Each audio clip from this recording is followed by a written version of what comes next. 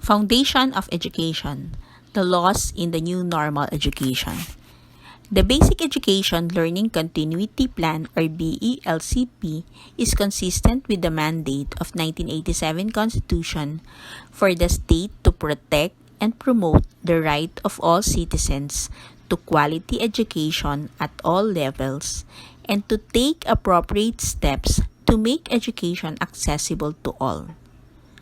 The Basic Education Act of 2001 vested Department of Education with the authority, accountability, and responsibility for ensuring access, promoting equity, and improving the quality of basic education. Hence, the BELCP aims to ensure the health, safety, and well-being of the learners, teachers, and personnel in time of COVID-19, while finding ways for education to continue amidst the crisis. In particular, the BELCP has a framework responsive to the new normal education, keeping in mind the constitutional mandate to uphold the right of all citizens to quality education at all times. In line with this, the schools can adopt one or a combination of learning modalities depending on the local health condition, the availability of resources, and the particular context of the learners in the school or locality. Distance learning.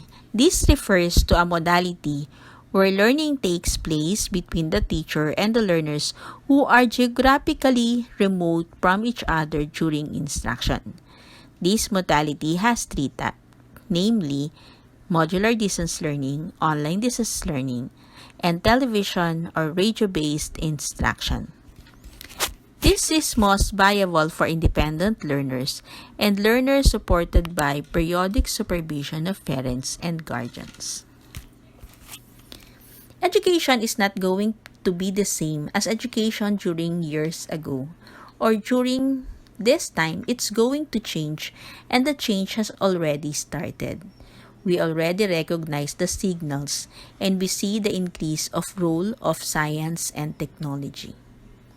We see the need to encourage not only our teacher but also our learners to not only specialize and memorize, but to know many things, to know how to analyze, to know how to be objective, to know how to come to break a problem apart and come up with a solution. This is the kind of education that we want. The importance of studying historical foundation. First is to improve the quality of education.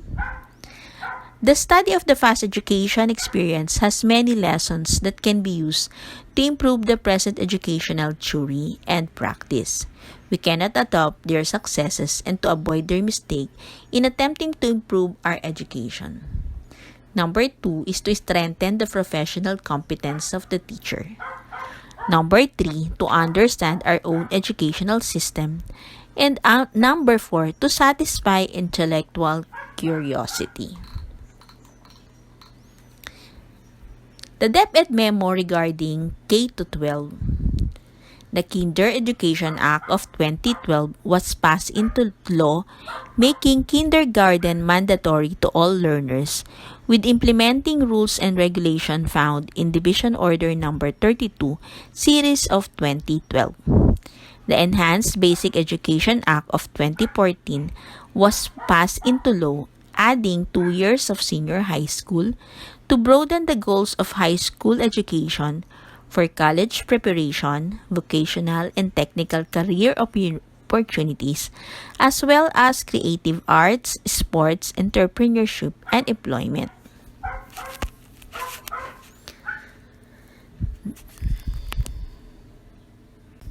The philosophies of education. First is essentialism. This is learning the 3 R's or the essentials: reading, arithmetic, writing, and basic skills. Next is perennialism. This is focuses on everlasting ideas and universal truths. The focus of education should be the ideas that have lasted for centuries, utilizing the great books, lasting for many years, and classical great books.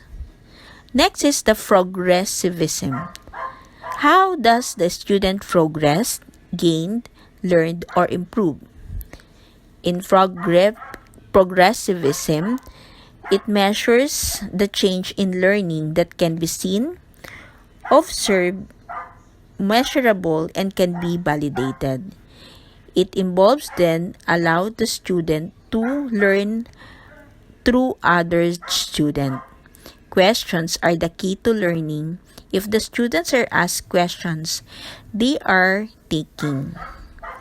Next is existentialism. The freedom to choose their purpose in life, to help students understand and appreciate themselves as unique individuals, learning in self-paced and self-directed. Next is behaviorism, the acquisition of behavior based on environmental conditions, to modify and shape students' behavior by providing favorable environment, since the study we believe we are produced by our environment. Constructivism. People construct their own understanding and knowledge of the world, the experience and reflections through experiences, to develop intrinsically motivated and independent learners equipped with learning skills. Naturalism. Matter is the ultimate reality. Material world is the only real world, and it is governed with natural laws, which is directly opposed idealism. Idealism. Knowledge is the only true reality. The true reality cannot be experienced through senses, as per Plato. As per Plato, the true reality is the universal and eternal form that exists beyond material world. Naturalism and realism are both in regards matter as the ultimate reality, but they differ in the interpretation of nature. For realism, faithful representations of nature. For naturalism, nature is viewed as a force and independent mechanism. The material world is governed by a system of natural laws. Nature is the whole and ultimate reality. Nature is completely knowable. The leading proponent of naturalism is also John Dewey. Pragmatism or pragmatic means open to change. Evolving, meaning nothing is permanent. The truth cannot last forever. Change will happen and focus on experience. Your experience is change on thinking, ideas, affiliation, and friends. The change will given and the change will happen. For example, if the teachers teach the way he taught 20 years ago, he is disadvantaging himself. Jean Piaget, the cognitive development theory. As per Jean Piaget, how child construct a mental model of the world, the process due to biological interaction. The stages of cognitive development. A. Sensory motor stage, or 0 to 2 years old. B. Pre-operational stage, or 2 to 7 years old. C. Concrete operational stage, or 7 to 11 years old. D. Formal operational stage, or 12 years old and up. To this, you can complete the human intelligence. Sigmund Freud, psychoanalytic theory. As per Sigmund Freud, the complete the human intelligence. Sigmund Freud, psychoanalytic theory. As per Sigmund Freud, the oral or 0 to 1, anal 1 to 3 years old, phallic genitals 3 to 6 years old, latency puberty 6 years old to 12 years old, genital puberty adult 12 years old and above. Benjamin Samuel Bloom, The Theory of Mastery Learning, or the Bloom's Taxonomy. On the top version is the evaluation or synthesis using old concept to new idea, design, and invention. Below the evaluation or synthesis is the application, using and applying knowledge. Below application is the comprehension, understanding, summarizing, and translating. And below of the triangle is the recall of information and discovery. As per Socrates, lover of wisdom, true knowledge exists in knowing that you know nothing. The Socratic method is to question their own truth. Ask questions to get the answer by engaging the higher level of thinking. Abraham Maslow's hierarchy of needs. In the tip of the triangle is the self-actualization, then self-esteem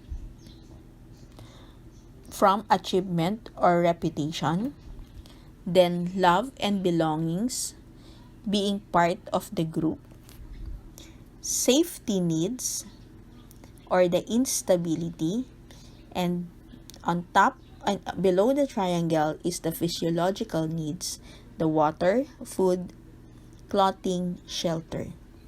So it is self-actualization, self-esteem, love and belongingness, safety needs, and physiological needs. John Dewey's learning by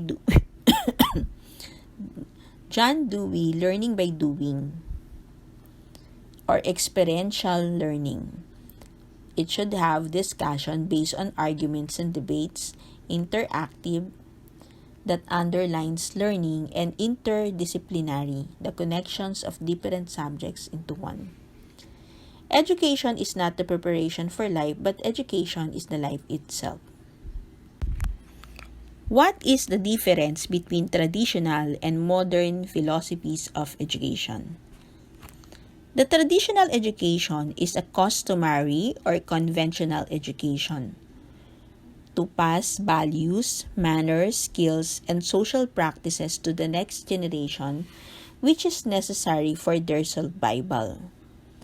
The students learn about the customs and traditions of the society which they live. The teacher is the center of education. The students just listen to their teachers. Customs, traditions, and the religions are the primary learnings. Acquired knowledge from ancestors, and the skills is for survival. While the modern education focuses on science and technology, the modern education includes listening, writing, visualizing, imagining, watching, thinking skills. It is a written test, interactive, fun, easy, and interesting. Education 4.0. In the new normal, the students are born with smartphones, technology-dependent, tech-savvy students, and environment of technology. Why philosophy is important in formulating educational goals and objectives? First, philosophy serves as a basis or guidelines, direction, and assists the educations in formulating beliefs, arguments, and assumptions and making value judgment.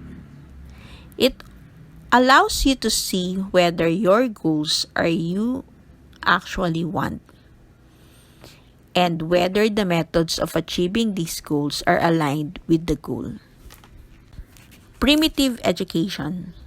In primitive education, relatively simple, narrow social and cultural contexts, developed superstition, and survival from danger and security is their priority. Preservation and transmission of tradition towards generation. Simple telling and demonstration. My philosophy in teaching. In answering my philosophy of teaching, you have to ask yourself, why statement or why am I doing this? Why do I decided to take this career change? Why it is important that you will going to teach?